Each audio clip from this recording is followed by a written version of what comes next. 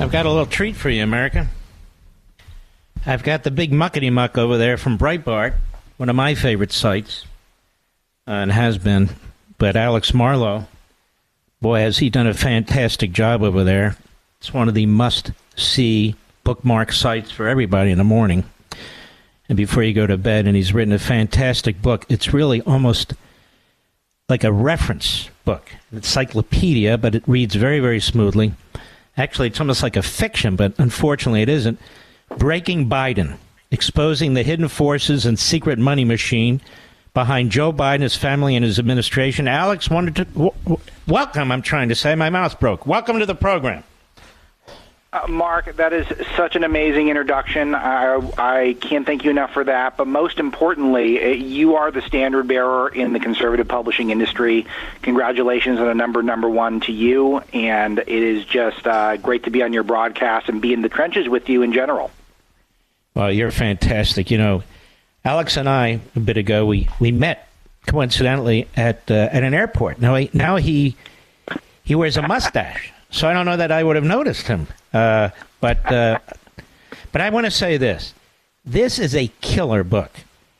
If you want to know what the hell the Bidens have been up to, you know, you think you know about it, trust me, you don't know about it. And he's got more notes, more sourcing in this book than I've ever seen, except maybe in one of my books, and he may have outdone me in this particular case.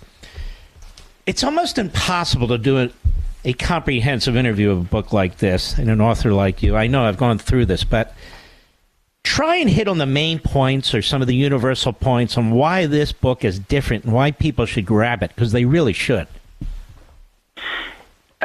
Thank you. And it is impossible to kind of get to the essence of it in too brief of an interview, so hopefully people do check it out. But I will say that if there's one thing I want to convey, it's that what you just said. If you think you know Joe Biden, Mark, when I went into this, I had some hypotheses about him, but I had no idea who this guy was in terms of the extent of his policy failures, the extent that he has mortgaged our country to foreign lands, the extent to which his family has grifted off the back of the American public, the citizens of this country. We barely scratched the surface. And that's why I have to back it up with 1,600 total endnotes, like 130 pages of it. Because every time I approach a new subject matter, there was something different. I can guarantee you, if you read the first page, if you don't learn something on the first page, then you're much more knowledgeable than I was going into the book. Every single page there's something new. And it's because the media, as you wrote about and I've written about in best-selling books, hates this country. They want this country destroyed, and so they don't tell the truth about people who are useful to them. And this is why we don't know him well enough.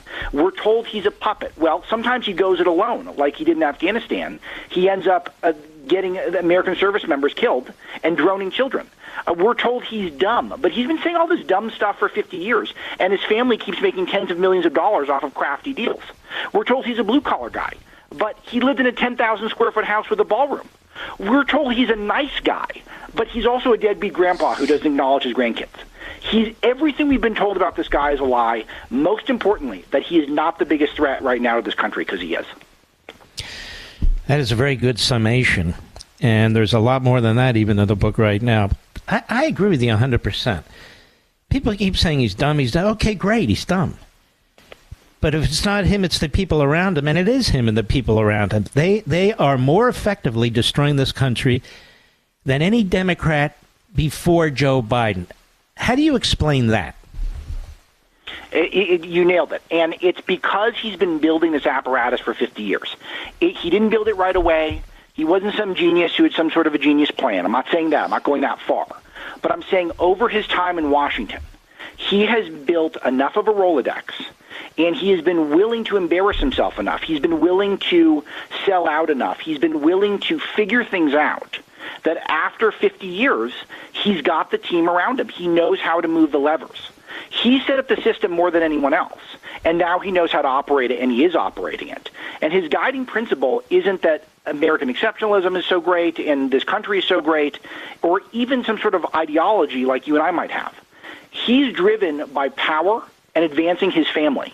And his family happens to be a bunch of, junkies and grifters. And I'm not saying that, Mark, to be pejorative. Like, I documented. They're junkies and they grifters, are. a lot of them.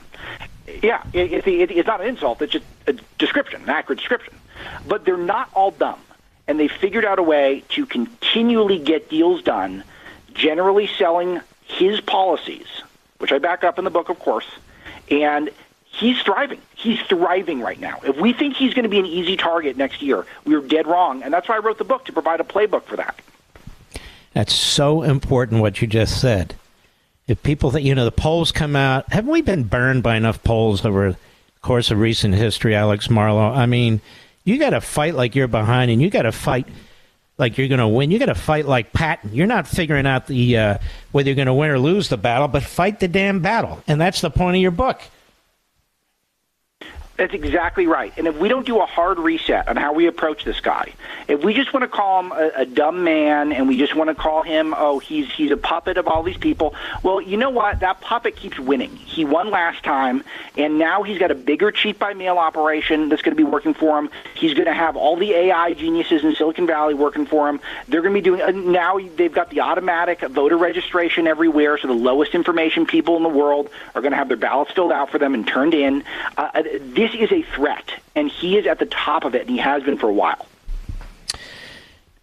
There's been talk, that he's not really an ideologue and so forth and so on, but you make the point, this guy's driven by power and money. Power and money. And he's driven by this legacy, isn't he, that he wants to be the greatest president in American history. And we define that today, the historians who are advising him define that today, by how big and aggressive and ubiquitous a police state you can make, correct? Oh, right on. And it is, you're right to also note, and I haven't even phrased it this way, but this is where I know you've thought about this as deeply as I have. He doesn't just want to be president. He wants to be one of the greatest of all time. And the way I phrase it in the book is he looks to have a legacy. He wants a dynasty. And he was going to hand that off to Bo. Bo died of cancer. He's no one to hand it off to. This irks Joe Biden every single day of his life because he's not just building to be a one-man president. He wanted to be a Kennedy. He wanted to have his own family infrastructure that he would pass on power from generation to generation. That's how ambitious he is. Wow, that's a great point. I had never actually thought about that. And he's stuck with his dummy that he has here, too. Now, people say he'll be challenged in the primaries and so forth and so on. He's not going to be challenged. He'll run again if he chooses to run, and nobody will stop him, correct? That's exactly my take. I absolutely would not have spent 15 months doing this level of research into this guy if I thought he was going to get shuffled off. So I definitely have a dog in the fight on this one. But I bet very big he was going to be the nominee, and I think I'm looking very good right now with that prediction. I'm trying to convey, and I'm not sure I'm doing a very good job of it, how excellent the research and the information is in this book and how easy it is to digest. It's called Breaking Biden, Exposing the Hidden Forces and Secret Money Machine Behind Joe Biden, His Family, and His Administration. And you're probably, another Biden book. No, this is not another Biden book. This is a standout book that really unravels his ideology, his methodology, his background, what it is that he really wants. He just doesn't blow him off. Alex doesn't as some kind of imbecile, although he has that too. But it's called Breaking Biden. You get it at Amazon.com, any major bookstore. You're out shopping over the weekend. These books are in these warehouse stores. Check it out. But if not, it'll be in any retail store. Just be careful about Barnes & Noble, that's all. Alex, so you have this massive subject matter, and people always ask me, so I'm going to ask you, how did you get your hands around this? Did you just start building the foundation from there? Yeah, that's the way to do it, is just get going, just get moving. But, you do kind of spend a couple of months just sitting with it, starting to read things. I read every book I could get my hands on about Biden, the ones he wrote himself, ones written about him and his family. I may have been the first person to read a couple of those books, Mark, because I don't think anyone's really even read them before. So I don't think he has. Off of those. Yeah. Oh, I don't know if he's read his own books. Yeah. No. Certainly, that would be something that I would consider as a possibility. But yeah, you just start trying to wrap your mind around who he is as a person and get inside of his head. I was fortunate enough that thanks to the success of Breaking the News, which you were very kind about when that came out a couple years ago, I was able to expand my research team to 5 people, all of whom had worked on for GAI and for Peter Schweitzer on his #1 bestsellers. Now, like you, Mark, I write my own books. So that's really important. The audience got to know that. Mark and I, we write our own books. But I did have a team sending me material. But you're right to note, the culling process is huge because I want people to enjoy the book. Yeah, I want people to enjoy it. I want people to feel like you're not reading 400 pages on his early life. I'll give you 20 pages, 30 pages. You'll get the gist of what's going on, the key events, and finding those stories, doing some storytelling that I think provide a broader context and are more illustrative of greater themes throughout his life, and trying to find those and then just to hone those down and try to make it as entertaining as possible for the audience. I hope these various members of Congress read this book, particularly the House Oversight Committee, the Judiciary Committee, all these other committees. All the candidates really need to read this book and understand what they're up against ultimately. And we, the American people, need to understand what you have done is you have taken all the veneer off this man, and you haven't just done a hit and run type thing and so forth and so on. For instance, you have a chapter on Kamala Harris. How did they come up with Kamala Harris to be his running mate, other than her race? Well, race is half of it, so it's a two-parter. So the race is part of it, and the other part is that she was the single most networked Democrat with donors in 2 key parts of the country, which is Hollywood and Silicon Valley. And so once you figure that out, you realize that, oh yeah, the 2 richest parts of the country, she's got them in their back pocket. It's a wink and a nod to Silicon Valley. He's not going to regulate. He's not going to crack down on big tech. I've got your gal with me right here. There's an added benefit, and this is another thing Biden did which was clever, is that he saw she's bringing in money, she's bringing all those woke points because she's a BIPOC woman. But he also knows she's non-threatening. So she's not a bright brain. She's not as bright as he is. And so she's not going to go and build some apparatus to overwhelm his that he's been building since essentially he was in his 20s. She's not going to be able to do that. He knows that. And just to make things more certain, he gives her the crappiest jobs in the whole administration. I go through those. Jobs she's so destined to fail, and Joe just passes the buck off to her, and it works perfectly for him. Mm-hmm. What about Joe Biden and race? He lies and lies and lies about it, doesn't he? Yeah. Stunning amounts, and I'm glad you asked this because I'm working on a piece. Hopefully, I'll have it up next week for Breitbart, where I will list some of the worst racial moments with Joe. But he's got real problems. He calls Jews Shylocks. He called black children roaches. Mark, he did this 5 years ago. Wow. So this wasn't that long ago. It's disgusting. It's disgusting stuff. So that's what's in his heart. And he talked about marching in the civil rights movement. He never did that. He touts that he went to, when he was a teenager, he led a walkout of a restaurant because they wouldn't serve a black person, allegedly. I mean, this is not bad, but it's like the most minor thing in the civil rights movement imaginable. He talks about it for 50 years. Like, he's Nelson Mandela or he's Martin Luther King. I mean, that's what he talks about himself. And his whole history is checkered. If you look at the high-tech lynching of Clarence Thomas, the teaming up to jail so many black men in the 90s with his policies, you get a horrific record on race, and one of the worst in American public life right now. And, of course, he's got the media wrapped around his finger, doesn't he?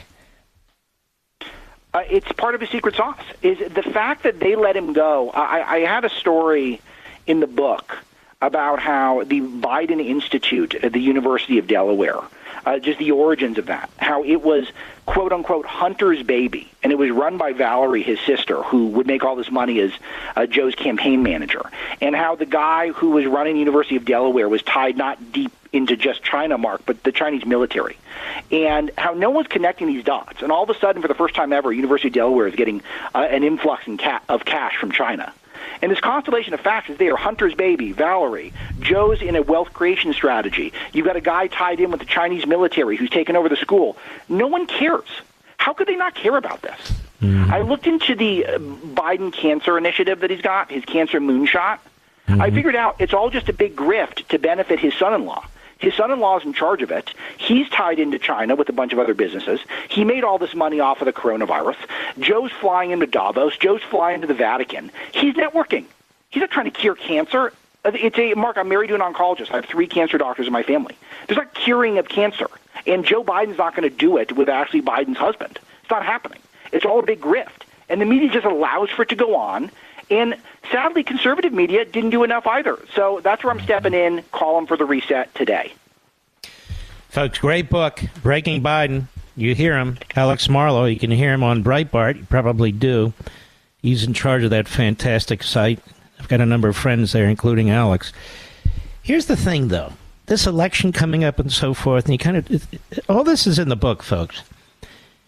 He uses an executive order to use the federal government and tax monies to register as many Democrats as he can, and then they try and protect it all from the Freedom of Information Act.